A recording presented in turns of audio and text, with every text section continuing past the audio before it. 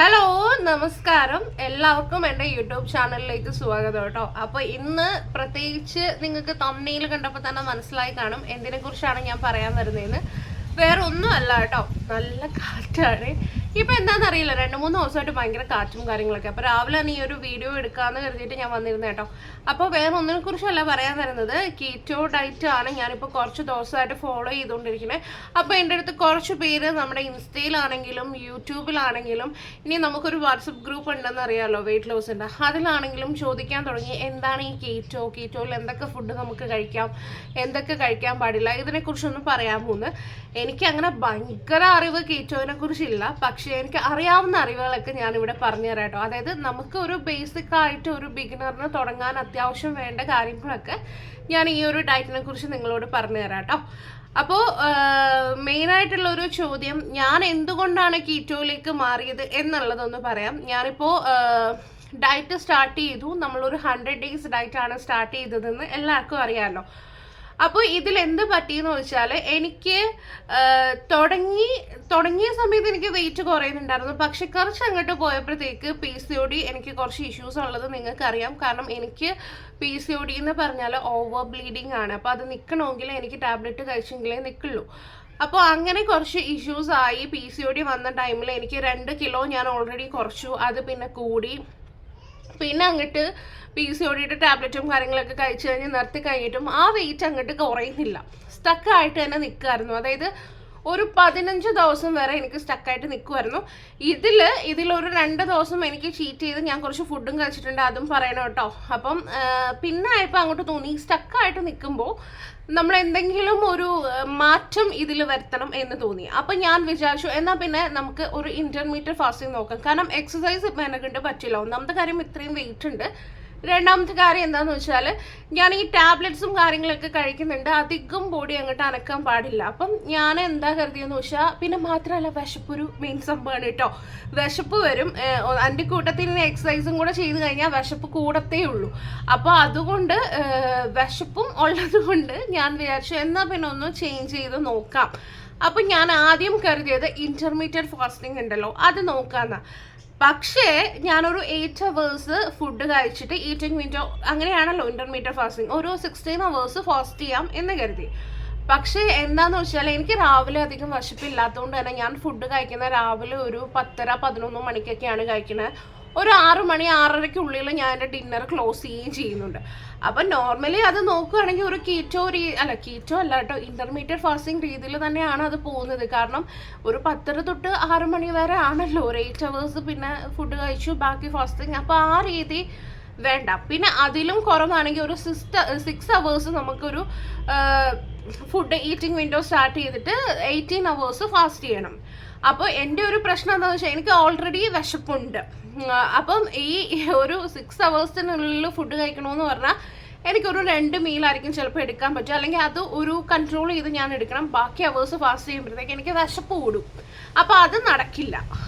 അപ്പോൾ ഞാൻ കരുതി എങ്കിൽ പിന്നെ അതിലും ഒരു ചേഞ്ച് വരുത്തിയിട്ട് നമുക്ക് എന്താണ് ഫുഡ് വിശക്കരുത്, മെയിൻ എനിക്ക് അതാണ് വേണ്ടത്, വിശക്കരുത്, അതേപോലെ തന്നെ വെയിറ്റും കുറയണം. അങ്ങനെ നോക്കിയപ്പോഴാണ് നമുക്ക് ഇഷ്ടമുള്ള, എനിക്ക് നോൺ വെജ് ഭയങ്കര ഇഷ്ടമാണ് കേട്ടോ. എനിക്ക് നോൺ വെജ് എന്ന് പറഞ്ഞാൽ, എനിക്ക് വെജിറ്റേറിയൻ ഫുഡിനെക്കാളും എനിക്ക് നോൺ വെജ് ഭയങ്കര ഇഷ്ടമാണ്. എനിക്ക് വെജിറ്റേറിയൻ അത്ര ഇഷ്ടമല്ല, എനിക്ക് കഴിക്കാനും താല്പര്യമില്ല. എനിക്ക് ഈ ചോറിനകത്തൊക്കെ വല്ല തോരനും കാര്യങ്ങളൊക്കെ പുരട്ടി കഴിക്കുന്നതിനോടെ താല്പര്യമുള്ള, വെറുതെ ഇങ്ങനെ ചോറും, ഈ പട്ടി ഭയങ്കര കുറേ കേട്ടോ അവിടെ. അപ്പോൾ എനിക്കല്ലാതെ എനിക്ക് ഇങ്ങനെ വെറുതെ ഇങ്ങനെ വാരി തോരനൊക്കെ തിന്നുന്ന വലിയ താല്പര്യമില്ലാത്ത ആളാണ്. അപ്പോൾ എന്ത് ചെയ്യാൻ പറ്റും, നോൺ വെജ് എടുക്കാം. അപ്പോൾ നോക്കിയപ്പോഴാണ് കീറ്റോ കണ്ടത്. അപ്പം കീറ്റോ, ഞാൻ അതിനെക്കുറിച്ച് കുറച്ച് വീഡിയോസൊക്കെ കണ്ടു. പിന്നെ എൻ്റെ ഒരു ഫ്രണ്ടിൻ്റെ ഹെൽപ്പും കാര്യങ്ങളൊക്കെ വന്ന് നോക്കിയപ്പോൾ കൊള്ളാലോ, കീറ്റോ നമുക്ക് ചെയ്യാൻ പറ്റുന്നതാണല്ലോ, ഒന്ന് ട്രൈ ചെയ്ത് നോക്കാം എന്നും പറഞ്ഞിട്ടാണ് ഞാൻ കീറ്റോയിലേക്ക് വന്നത്. അതിലെനിക്ക് റിസൾട്ടും ഉണ്ട് കേട്ടോ. അപ്പോൾ ഇത്രയുമാണ് എൻ്റെ ഒരു സംഭവം പറയുന്നത്. അപ്പോൾ കീറ്റോ എന്താ എന്നുള്ളത് ഞാൻ പറഞ്ഞുതരാവേ. അപ്പം നമ്മുടെ കീറ്റോ ഡയറ്റ് എന്ന് പറയുന്നത് പോപ്പുലർ ആവാൻ തുടങ്ങിയിട്ട് ഒരു 5-6 വർഷമാണ് ആയിട്ടുള്ളത്. അതായത് ഇതൊക്കെ നമ്മുടെ നാട്ടിലധികം ഇല്ലാത്തൊരു സംഭവമായിരുന്നു. ഈ അബ്രോഡ് ഉള്ളവരൊക്കെ ചെയ്തുകൊണ്ടിരുന്ന ഒരു ഡയറ്റാണ് കീറ്റോ ഡയറ്റ് എന്ന് പറയുന്നത്. അപ്പോൾ ഇതിലുള്ളൊരു സംഭവം എന്താണെന്ന് വെച്ചാൽ, നമുക്ക് കൂടുതൽ നമ്മുടെ ഫുഡും കാര്യങ്ങളും ഒക്കെ നോൺ വെജിൽ ഒരു പരിധി വരെ നമുക്ക് എല്ലാ ഫുഡും കഴിക്കാം, നോൺ വെജ് ഇഷ്ടമുള്ളവർക്ക്. അപ്പോൾ അങ്ങനെയാണ് ഇതധികം ട്രെൻഡിങ്ങിലേക്ക് വരാൻ തുടങ്ങിയത്. നമ്മുടെ നാട്ടിലിപ്പോൾ ഇതൊരു പോപ്പുലർ ആയിട്ട് പോയിക്കൊണ്ടിരിക്കുന്നത്. അപ്പോൾ കീറ്റോ എന്ന് പറയുന്നതിന് വേറൊരു പേരാണ് LCHF അല്ലെങ്കിൽ പാലിയോ ഡയറ്റ് എന്ന് പറയും കേട്ടോ. അപ്പോൾ LCHF എന്ന് വെച്ചാൽ തന്നെ അതിൽ തന്നെയുണ്ട് ലോ കാർബ് ഹൈ ഫാറ്റ് എന്നാണ് കേട്ടോ അർത്ഥം. അതായത് നമ്മൾ കാർബ് ഭയങ്കരമായിട്ട് കുറച്ചിട്ട് ഫാറ്റ് കൂട്ടി കഴിക്കുക എന്നുള്ളതാണ് അതിനൊരു അർത്ഥം വരുന്നത്.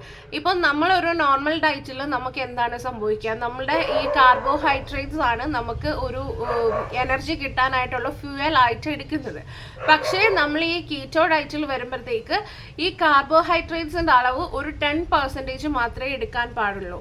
അപ്പോൾ അതുകൊണ്ട് തന്നെ നമുക്ക് കാർബോഹൈഡ്രേറ്റ്സ് കുറഞ്ഞുകൊണ്ട് ആ ഒരു ഫ്യൂവലായിട്ട് നമുക്ക് എനർജി കൺവേർട്ട് ചെയ്യാൻ പറ്റില്ല. അപ്പോൾ അതിന് വേണ്ടിയിട്ട് യൂസ് ചെയ്യുന്ന ഒരു സംഭവമാണ് നമ്മുടെ ഈ ഫാറ്റിൽ നിന്ന് എനർജി കൺവേർട്ട് ആവാൻ തുടങ്ങും. അപ്പോൾ ഫാറ്റ് ഇങ്ങനെ കുറയാൻ തുടങ്ങും. അതാണ് മെയിനായിട്ട് ഈ കീറ്റോ ഡയറ്റിൽ ഉള്ളൊരു പ്രധാന കാര്യം എന്ന് പറയുന്നത് കേട്ടോ. അതായത് നമുക്ക് ഈ ഒരു ഡയറ്റിൽ 50%-ന് മുകളിൽ നമുക്ക് ഫാറ്റ് യൂസ് ചെയ്യാം, ബാക്കി പ്രോട്ടീൻ യൂസ് ചെയ്യാം. ഒരു 10% മാത്രമാണ് നമുക്കൊരു കാർബോഹൈഡ്രേറ്റ്സ് യൂസ് ചെയ്യാൻ പറ്റുന്നത് കേട്ടോ. കാരണം നമ്മുടെ ഒരു ഫാറ്റ് ആണ് ഇതിൽ കൺവേർട്ടായി എനർജി ആയിട്ട് മാറുന്നത് എന്നാണ് ഇതിൻ്റെ അർത്ഥം. അപ്പോൾ ഇനി ഇതിൽ എന്തൊക്കെ കഴിക്കാം എന്ന് നോക്കിയാൽ ഇത് ആർക്കൊക്കെ പറ്റുമെന്ന് നോക്കിയാൽ ഒരുവിധം എല്ലാവർക്കും ഇത് പറ്റുമെന്നാണ് കേട്ടോ തോന്നുന്നത്. പിന്നെ നിങ്ങളൊരു ചെക്കോ കാര്യങ്ങളൊക്കെ ചെയ്തിട്ട് ചെയ്യുന്നതായിരിക്കും നല്ലത്. ഇപ്പം നമുക്ക് പെട്ടെന്ന് വെയിറ്റ് ലോസ് ഉണ്ടാവും എന്നുള്ളതാണ് ഇതിൻ്റെ ഒരു ഗുണമായിട്ട് പറയുന്നത്. പിന്നെ നമുക്ക് കാർഡിയാക്ക് ആയിട്ടുള്ള പ്രശ്നങ്ങളുള്ളവരാണെങ്കിലോ ഡയബറ്റിക് ആയിട്ടുള്ളവർക്കോ ഒക്കെ ഈ ഒരു കീറ്റോ ചെയ്യുന്നത് ഭയങ്കര നല്ലതാണെന്ന് പറയുന്നുണ്ട്. പക്ഷേ അങ്ങനെ എന്തെങ്കിലും ഇഷ്യൂസോ കാര്യങ്ങളോ ഉള്ളവരാണെങ്കിൽ നിങ്ങൾ കൺസൾട്ട് ചെയ്യുന്ന ഡോക്ടറിനെ കണ്ടിട്ട് മാത്രം ഇത് ചെയ്യുക കേട്ടോ. അല്ലെങ്കിൽ ഇപ്പോൾ വെറുതെ പണി വാങ്ങിച്ച് കൂട്ടരുത് കേട്ടോ. ഇപ്പോൾ എൻ്റെ എക്സ്പീരിയൻസിൽ തന്നെ കീറ്റോ ചെയ്തിട്ട് യൂറിക് ആസിഡ് കൂടി പണി കിട്ടിയവരൊക്കെ ഉണ്ട്. അപ്പം നിങ്ങൾ ഇതൊരു ലോങ് ടേം ആയിട്ട് കൊണ്ട് നടക്കാതിരിക്കാൻ ശ്രദ്ധിക്കണം. അപ്പോൾ നമുക്ക് ഈ കീറ്റോയിൽ എന്തൊക്കെ ഫുഡ് കഴിക്കാം, എന്തൊക്കെ ഫുഡ് കഴിച്ചുകൂടാ, എങ്ങനെയാണ് എന്നുള്ളത് പറയുകയാണെങ്കിൽ നമുക്ക് കീറ്റോയിൽ ഒരുവിധപ്പെട്ട എല്ലാമായിട്ടുള്ള മീറ്റുകളും കഴിക്കാൻ പറ്റും. അതായത് ചിക്കൻ എന്ന് പറയുന്നത് ഫാറ്റ് ഭയങ്കര കുറവാണ്. അപ്പോൾ ചിക്കൻ്റെ കാലോ അങ്ങനെയുള്ള ഫാറ്റുള്ള ഭാഗങ്ങളായിരിക്കും കൂടുതൽ കീറ്റോയിലേക്ക് നല്ലത്. പിന്നെ ബ്രോയിലർ ചിക്കനേക്കാളും നാടൻ ചിക്കനൊക്കെ നമുക്ക് കഴിക്കാം കേട്ടോ. പിന്നെ അല്ലാതെ മീറ്റുകളായിട്ട് എന്ത് വേണമെങ്കിലും കഴിക്കാം. റെഡ് മീറ്റൊക്കെ നമുക്ക് കഴിക്കാൻ പറ്റും. അതായത് മട്ടൻ, ബീഫ്, പോർക്ക്, താറാവ് അങ്ങനെയുള്ള എന്ത് മീറ്റ് വേണമെങ്കിലും നമുക്ക് കഴിക്കാം.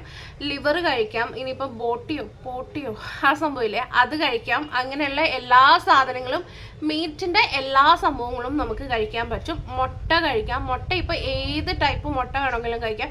നമ്മുടെ കാടമുട്ട വേണമെങ്കിൽ കഴിക്കാം, താറാമുട്ട വേണമെങ്കിൽ കഴിക്കാം, ഇനി കോഴിമുട്ട കഴിക്കാം, നാടൻ മുട്ട കഴിക്കാം. അങ്ങനെ ഏത് മുട്ട വേണമെങ്കിലും നമുക്ക് കഴിക്കാം കേട്ടോ. പിന്നെ നമുക്ക് പാലിൻ്റെ ഉൽപ്പന്നങ്ങൾ എല്ലാം കഴിക്കാം. പാല് പക്ഷെ അധികം എടുക്കാൻ പാടില്ല കേട്ടോ. പാൽ ഒരു 1/2 ഗ്ലാസ്സിന് മുകളിൽ ഒരു ദിവസം കുടിക്കാൻ പാടില്ല. അത് എടുക്കുകയാണെങ്കിൽ തന്നെ ഹൈ ഫാറ്റ് മിൽക്ക് ആയിരിക്കണം കഴിക്കണം. ലോ ഫാറ്റ് മിൽക്ക് എടുക്കാൻ പാടില്ല കേട്ടോ. അപ്പം നമ്മൾ ഫാറ്റ് ആണല്ലോ കൂടുതൽ എടുക്കുന്നത്, അപ്പോൾ അത് ആലോചിച്ചാൽ മതി. ബട്ടർ കഴിക്കാം, ചീസ് കഴിക്കാം, വിപ്പിംഗ് ക്രീം ഷുഗർ ഇല്ലാത്തത് ഉണ്ടല്ലോ, മധുരം ഇല്ലാത്ത വിപ്പിംഗ് ക്രീം ഉണ്ടല്ലോ അത് കഴിക്കാം. പിന്നെ എല്ലാ ടൈപ്പ് ഓഫ് ചീസും കഴിക്കാം കേട്ടോ. ഫെറ്റ ചീസ് ആണെങ്കിലും ഇനിയിപ്പം മറ്റേ ഷ്രെഡർ ചീസ് ആണെങ്കിലും നമ്മുടെ നോർമൽ ചീസ് സ്ലൈസ് ആണെങ്കിലും ക്രീം ചീസ് ആണെങ്കിലും എന്ത് ചീസ് വേണമെങ്കിലും കഴിക്കാൻ പറ്റും. പിന്നെ ഫ്രഷ് ക്രീം നമുക്ക് യൂസ് ചെയ്യാം. തേങ്ങയും തേങ്ങാപ്പാലും എത്ര വേണമെങ്കിലും നമുക്കിതിൽ യൂസ് ചെയ്യാം കേട്ടോ. തേങ്ങാപ്പാലൊക്കെ ഒരുപാട് യൂസ് ചെയ്യാം, കുഴപ്പമൊന്നുമില്ല. അപ്പോൾ അങ്ങനെയുള്ള പാലിൻ്റെ ഉൽപ്പന്നങ്ങളെല്ലാം കഴിക്കാം. പാല് ഒരു 1/2 ഗ്ലാസ് മാത്രമേ പാടുള്ളൂ. അതും ഹൈ ഫാറ്റ് മിൽക്ക് ആയിരിക്കും ഏറ്റവും നല്ലത്. ഒരു 1/2 ഗ്ലാസ് അതിൽ കൂടാൻ ഒരു ദിവസം പാടില്ല കേട്ടോ. അപ്പോൾ അങ്ങനെ അത് കഴിക്കാം. കേർഡ് കഴിക്കാം കേട്ടോ. കേർഡ്, ഗ്രീക്ക് യോഗേർട്ട്, ഹങ്കേർഡ് അങ്ങനെയുള്ള കേർഡുകളെല്ലാം നമുക്ക് കഴിക്കാം. മോരും വെള്ളമൊക്കെ ഭയങ്കര നല്ലതാണ് കേട്ടോ ഇതിൽ കഴിക്കുന്നത്. മോരും വെള്ളമൊക്കെ നമുക്ക് എത്ര വേണമെങ്കിലും കുടിക്കാം. നാരങ്ങ വെള്ളം കുടിക്കാം. പിന്നെ ഇതിൽ മെയിനായിട്ട് ഷുഗർ യൂസ് ചെയ്യാൻ പാടില്ല. ഒരു ടൈപ്പ് ഓഫ് ഷുഗറും പാടില്ല, ഹണിയും പാടില്ല. ഡേറ്റ്സ് വേണമെന്നുണ്ടെങ്കിൽ 1 or 2 ഒരു ദിവസം കഴിക്കാം, അതിൽ കൂടാൻ പാടില്ല. പിന്നെ നമ്മൾ ഷുഗറിന് ഓൾട്ടർനേറ്റീവായിട്ട് യൂസ് ചെയ്യേണ്ടത് എന്താണെന്ന് വെച്ചാൽ സ്റ്റീവിയ നമുക്ക് യൂസ് ചെയ്യാം കേട്ടോ. സ്റ്റീവിയ അല്ലെങ്കിൽ 1 or 2 ഡേറ്റ്സ് മാത്രമേ ഇതിൽ യൂസ് ചെയ്യാൻ പറ്റുള്ളൂ. ഹണി, മറ്റേ ശർക്കര, പിന്നെ പഞ്ചസാര അങ്ങനെയുള്ള ഒരു കാര്യങ്ങളും ഇതിൽ യൂസ് ചെയ്യാൻ പാടില്ല. പിന്നെന്താണ് പച്ചക്കറികൾ എന്ന് പറയുന്നത് നമ്മളിപ്പോൾ പച്ചക്കുള്ള മാങ്ങ ഉണ്ടല്ലോ, മാങ്ങ വളരെ ലൈറ്റായിട്ട് വേണമെങ്കിൽ യൂസ് ചെയ്യാം. കാരണം നമ്മളിങ്ങനെ സിമ്പിളായിട്ട് ആലോചിച്ചാൽ മതി. നമുക്ക് പച്ചക്കറികളിൽ മണ്ണിനടിയിലുള്ള സംഭവങ്ങളുണ്ടല്ലോ, അതായത് ക്യാരറ്റും വളരെ ലൈറ്റ് വേണമെങ്കിൽ യൂസ് ചെയ്യാം. കാരണം കാർബ് ഭയങ്കര കുറവാണ് അതിൽ, ലൈറ്റായിട്ട് മാത്രം. അല്ലാതെ നമുക്ക് യൂസ് ചെയ്യാൻ പാടില്ലാത്തത് ചേന, ചേമ്പ്, കാച്ചിൽ അങ്ങനെയുള്ള ഒരു സാധനങ്ങളും മണ്ണിനടി, ചീനി, ചക്ക ഇതൊന്നും യൂസ് ചെയ്യാൻ പാടില്ല കേട്ടോ. പിന്നെ ഈ പഴുത്ത് കഴിഞ്ഞാൽ മധുരം വെക്കുന്ന ടൈപ്പ് ഓഫ് പച്ചക്കറികളുണ്ടല്ലോ, അതായത് നമ്മുടെ മാങ്ങ, ചക്ക അങ്ങനെയുള്ളതൊക്കെ അതും അധികം യൂസ് ചെയ്യാൻ പാടില്ല. പിന്നെ വളരെ ലൈറ്റായിട്ട് വേണമെങ്കിൽ മാങ്ങ യൂസ് ചെയ്യാം, ചെറിയ ഉള്ളി നമുക്ക് യൂസ് ചെയ്യാം. സവാളയ്ക്ക് കാർബ് കൂടുതലായതുകൊണ്ട് സവാള ഭയങ്കര കുറച്ചിട്ടേ യൂസ് ചെയ്യാൻ പാടുള്ളൂ. അങ്ങ് ഒട്ടും യൂസ് ചെയ്യരുത് നല്ല, സവാള കുറച്ചേ പാടുള്ളൂ കേട്ടോ. ബാക്കി എല്ലാ പച്ചക്കറികളും നമുക്ക് കഴിക്കാൻ പറ്റുന്നതാണ് കേട്ടോ. തോരനായിട്ടോ അങ്ങനെ ഇങ്ങനെയായിട്ടോ. ഇപ്പം കോവയ്ക്ക, ബീട്രൂട്ട് പാടില്ല കേട്ടോ. കോവയ്ക്ക, പിന്നെ ബീട്രൂട്ട് മണ്ണിനടിയിലാണല്ലോ അല്ലേ. കോവയ്ക്ക കഴിക്കാം, അച്ചിങ്ങ പയർ കഴിക്കാം, പിന്നെ പീച്ചിങ്ങ കഴിക്കാം. അങ്ങനെയുള്ള എല്ലാ ടൈപ്പ് ഓഫ് പച്ചക്കറികളും നമുക്ക് കഴിക്കാം. തക്കാളി അതൊക്കെ കഴിക്കാൻ പറ്റും കേട്ടോ. മഷ്റൂം ഉണ്ടല്ലോ, മഷ്റൂമൊക്കെ കഴിക്കാം. അങ്ങനെയുള്ള എല്ലാ സംഭവങ്ങളും കഴിക്കാം. പിന്നെ നമ്മൾ ഒരു ടൈപ്പ് ഓഫ് പൾസസോ ഗ്രെയിൻസോ യൂസ് ചെയ്യാൻ പാടില്ല. അതായത് നമ്മുടെ ഗോതമ്പ്, അരി, ആട്ട അങ്ങനത്തെ ഉള്ള ഒന്നും യൂസ് ചെയ്യാൻ പാടില്ല. കടല, പയറ്, പൾസസ് അങ്ങനെയുള്ള ഐറ്റംസ് ഒന്നും നമുക്കിതിൽ യൂസ് ചെയ്യാൻ പാടില്ല കേട്ടോ. അതാണ് ഒരു മെയിൻ പ്രശ്നം എന്ന് പറയുന്നത്. അതായത് നമുക്കൊരു 2 ദോശ തിന്നണമെന്ന് വെച്ചാൽ പോലും അത് നടക്കില്ല. കാരണം ഓരോ ടൈപ്പ് ഓഫ് ഗ്രെയിൻസും നമ്മൾ യൂസ് ചെയ്യാൻ പാടില്ല. നമുക്ക് ചോറ് കഴിക്കാൻ പാടില്ല ഇതിൽ. ചോറിന് ഓൾട്ടർനേറ്റീവായിട്ട് നമുക്ക് കോളിഫ്ലവർ വെച്ചിട്ട് റൈസൊക്കെ ഉണ്ട് കേട്ടോ കീറ്റോയിൽ. അതൊക്കെ നമുക്ക് ചെയ്യാവുന്നതേ ഉള്ളൂ. വലിയ വ്യത്യാസമൊന്നും തോന്നില്ല. നമ്മുടെ മോര് കാച്ചിയതും കുറച്ച് അച്ചാർ, നമുക്ക് ബീഫ് അച്ചാർ, മാങ്ങ അച്ചാർ, നാരങ്ങ അച്ചാറൊക്കെ കഴിക്കാം. അത് ഞാൻ പറഞ്ഞു വരാം കേട്ടോ എങ്ങനെയാണ്. അപ്പോൾ ചോറിന് ഓൾട്ടർനേറ്റീവായിട്ട് നമുക്ക് ഈ കോളിഫ്ലവർ റൈസൊക്കെ ചെയ്യാനായിട്ട് പറ്റും കേട്ടോ. അപ്പോൾ അതൊന്നും വലിയൊരു ടേസ്റ്റ് വ്യത്യാസമൊന്നുമില്ല. നമുക്ക് ബദാം കഴിക്കാം കേട്ടോ. ബദാം ഒരു 10 വരെ കഴിക്കാം. ഒരു 30 ഗ്രാംസ് വരെ, അത് 10, 15, 20 വരെയൊക്കെ നമുക്ക് ഒരു ദിവസം കഴിക്കാം. വാൾനട്ട് കഴിക്കാം. കാഷ്യൂസ് ഒന്നും എടുക്കാൻ പാടില്ല കേട്ടോ. കാഷ്യൂസും എടുക്കാൻ തോന്നുന്നു കേട്ടോ. ഒരു 5 10 ഒക്കെ കാഷ്യൂസ് എടുക്കാം. പിന്നെ ഫ്രൂട്ട്സ് ഒന്നും തന്നെ കഴിക്കാൻ പാടില്ല. ഫ്രൂട്ട്സിലാകെ കഴിക്കാൻ പറ്റുന്നത് ബെറീസ് ആണ്. അതായത് സ്ട്രോബെറി, ക്രാഡ്ബെറി അങ്ങനെയുള്ള സംഭവങ്ങളാണ്. അതൊക്കെ ഇവിടുത്തെ ഒടുക്കത്തെ വിലയാണ്. ഇനി അതിലാകെ കഴിക്കാൻ പറ്റും നമുക്ക് സ്ട്രോബെറി മാത്രമേ ഉള്ളൂ. പിന്നെ ഗ്രേപ്പ് ഫ്രൂട്ട് എന്ന് പറയുന്ന ഒരു സംഭവമുണ്ട്, ഓറഞ്ചിൻ്റെ അണക്കിരിക്കുന്നത്. അത് നമ്മുടെ ഇവിടെ അധികം അങ്ങനെ കാണാറില്ല. അതും ഭയങ്കര എക്സ്പെൻസീവ് ആണ് കേട്ടോ. അതും വേണമെങ്കിൽ കഴിക്കാം, പക്ഷെ ഞാനതൊന്നും വാങ്ങാറില്ല. എന്തിനാ വെറുതെ ഇത്ര എക്സ്പെൻസീവ് ആയിട്ടുള്ള സാധനങ്ങൾ വാങ്ങണേ. അപ്പോൾ അത് കഴിക്കാം. പിന്നെ ബദാം കഴിക്കാം. നമുക്ക് ഈ ഫ്ലോറായിട്ട് നമുക്ക് ഇപ്പം ഞാൻ പറഞ്ഞല്ലോ, നമുക്കിപ്പം ആട്ട അങ്ങനെയുള്ള കാര്യങ്ങളൊന്നും യൂസ് ചെയ്യാൻ പറ്റില്ലെന്ന്. അപ്പോൾ അതിന് പകരമായിട്ട് ഒരു പൊടിയായിട്ട് നമുക്ക് യൂസ് ചെയ്യാൻ മെയിനായിട്ട് പറ്റുന്നതാണ് ബദാമിൻ്റെ പൊടിയാണ് കേട്ടോ. ബദാമിൻ്റെ പൊടി ഉണ്ടാക്കുക എന്നൊക്കെ പറഞ്ഞാൽ എനിക്കൊക്കെ ഭയങ്കര എക്സ്പെൻസീവാണ്. അതുകൊണ്ട് ഞാൻ അധികം അതിനൊന്നും നിൽക്കില്ല. പിന്നെ ഫ്ലാക്സ് സീഡൊക്കെ നമുക്ക് യൂസ് ചെയ്യാം കേട്ടോ. എൻ്റെ ഒരു ബോഡി ഇപ്പോൾ ഞാനൊന്ന് തുമ്മി കേട്ടോ, സൗണ്ട് ഒന്ന് മാറിയല്ലേ. കീറ്റോസിസിലാണ് ഇപ്പോൾ എൻ്റെ ഒരു ബോഡി ഉള്ളത്. അപ്പോൾ പിന്നെ ഞാൻ ഓരോ കീറ്റോ റെസിപ്പീസ് ആയാലും അല്ലാത്തതായാലും ഒക്കെ ഞാനിതിൽ ആഴ്ചയിൽ 1 or 2 ഒക്കെ വെച്ചിട്ട് ഞാൻ പോസ്റ്റ് ചെയ്യാം കേട്ടോ. ഞാൻ ചെയ്യുന്നത് കുറേ പേര് ഇപ്പോൾ ചോദിക്കുന്നുണ്ട്, ചെയ്യുന്ന റെസിപ്പീസൊക്കെ കീറ്റോ റെസിപ്പീസ് ഒന്ന് പോസ്റ്റ് ചെയ്യുമെന്ന്. പിന്നെ വീട്ടിൽ ഞാൻ എങ്ങനെ മാനേജ് ചെയ്യുമെന്ന് വെച്ചാൽ ഞാനും ഹസ്ബൻഡും മാത്രമാണ് ഇപ്പോൾ ഈ വീട്ടിലുള്ളത്. അപ്പോൾ എങ്ങനെയാണെന്ന് വെച്ചാൽ ഞാനിപ്പോൾ എൻ്റെ ഹസ്ബൻഡിനും നോൺ വെജ് ഭയങ്കര ഇഷ്ടമാണ്. അപ്പോൾ ഞാൻ ഭയങ്കര എക്സ്പെൻസീവ് ആയിട്ടുള്ള സാധനങ്ങളൊന്നും വാങ്ങിയിട്ടല്ലാതെ ഈ ഡയറ്റ് ചെയ്യുന്നത്. ചിക്കൻ, മട്ടൻ, ബീഫ് അതേപോലെ ഫിഷൊക്കെ എൻ്റെ വീട്ടിൽ ഡെയിലി വേണ്ട ഒരു സംഭവമാണ്. അപ്പോൾ ഞാൻ എന്ത് ചെയ്യുമെന്ന് വെച്ചാൽ സവാള ഭയങ്കര കുറച്ചിട്ടായിരിക്കും ഞാൻ ഫുഡ് കുക്ക് ചെയ്യുന്നത്. വെളിച്ചെണ്ണയിലോ ബട്ടറിലോ മാത്രമേ ഞാൻ ഫുഡ് കുക്ക് ചെയ്യാറുള്ളൂ. ഒലിവ് ഓയിലും യൂസ് ചെയ്യുന്നുണ്ട് കേട്ടോ. അപ്പം ഞാൻ എന്താ ചെയ്യുന്നതെന്ന് വെച്ചാൽ ഞാനിപ്പം വീട്ടിൽ ഫുഡ് കുക്ക് ചെയ്യുമ്പോൾ ഹസ്ബൻഡിന് ഓൾറെഡി രാവിലത്തെ എന്താണെന്ന് വെച്ചാൽ ചമ്മന്തിയൊക്കെ നമുക്ക് ഇതിൽ കഴിക്കട്ടെ. പക്ഷെ എന്തോത്തിൻ്റെ കൂടെ ചമ്മന്തി കഴിക്കും? ദോശ പറ്റില്ല, ഇഡലി പറ്റില്ല, ഉപ്പുമാവ് പറ്റില്ല, പിന്നെ എന്തിൻ്റെ കൂടെ ചമ്മന്തി കഴിക്കും? അതാണ് പ്രശ്നം. നമുക്ക് കോളിഫ്ലവർ റൈസ് ഉണ്ടല്ലോ, അതിൻ്റെ കൂടെ വേണമെങ്കിൽ കഴിക്കാം കേട്ടോ. അപ്പോൾ ഞാൻ എന്ത് ചെയ്യുമെന്ന് വെച്ചാൽ എന്തെങ്കിലും ഒരു മോര് കാച്ചിയതോ എന്തെങ്കിലും ഒന്ന് ഹസ്ബൻഡിന് ഉണ്ടാക്കും, കൂടെ ചോറ് വെക്കും. എന്നിട്ട് ഇപ്പോൾ ഞാനിപ്പോൾ ഫ്രൈ ചെയ്യും. ഫിഷ് ഫ്രൈ എന്തായാലും കാണും. അപ്പോൾ ഞാൻ ഫ്രൈ ചെയ്യുന്നത് വെളിച്ചെണ്ണയിലാണല്ലോ. ഹസ്ബൻഡിന് അതൊരെണ്ണം മാറ്റും. അതിൽ ബാക്കി ഫിഷ് എടുത്തിട്ട് ഞാൻ കറി വെച്ചിട്ട് ആൾക്ക് കൊടുക്കും. തോരൻ നമുക്കും ഹസ്ബൻഡിനും കഴിക്കാൻ പറ്റുന്ന രീതിയിൽ. ആളിപ്പോൾ അങ്ങനെ ചീനി അങ്ങനത്തെ ഉള്ളതൊന്നും വലിയ താല്പര്യം ഇല്ലാത്തതുകൊണ്ട് നോർമൽ എന്തെങ്കിലും പച്ചക്കറി, കീറ്റോസിസിൽ പറ്റുന്ന പച്ചക്കറികളുണ്ടല്ലോ, അത് ഏതെങ്കിലും ഒന്ന് തോരനും വെക്കും. അപ്പോൾ ഹസ്ബൻഡിൻ്റെ ചോറും കറികളും ഈ രാത്രിയിലും ആൾ അത് തന്നെ കഴിക്കണം. അല്ലെങ്കിൽ വല്ല ദോശയോ എന്തെങ്കിലും ചുട്ട് മീൻ കറിയായിട്ട് ഞാൻ കൊടുക്കും. അങ്ങനെ കഴിക്കാം. അപ്പോൾ എനിക്കുള്ള ഫുഡുമായി.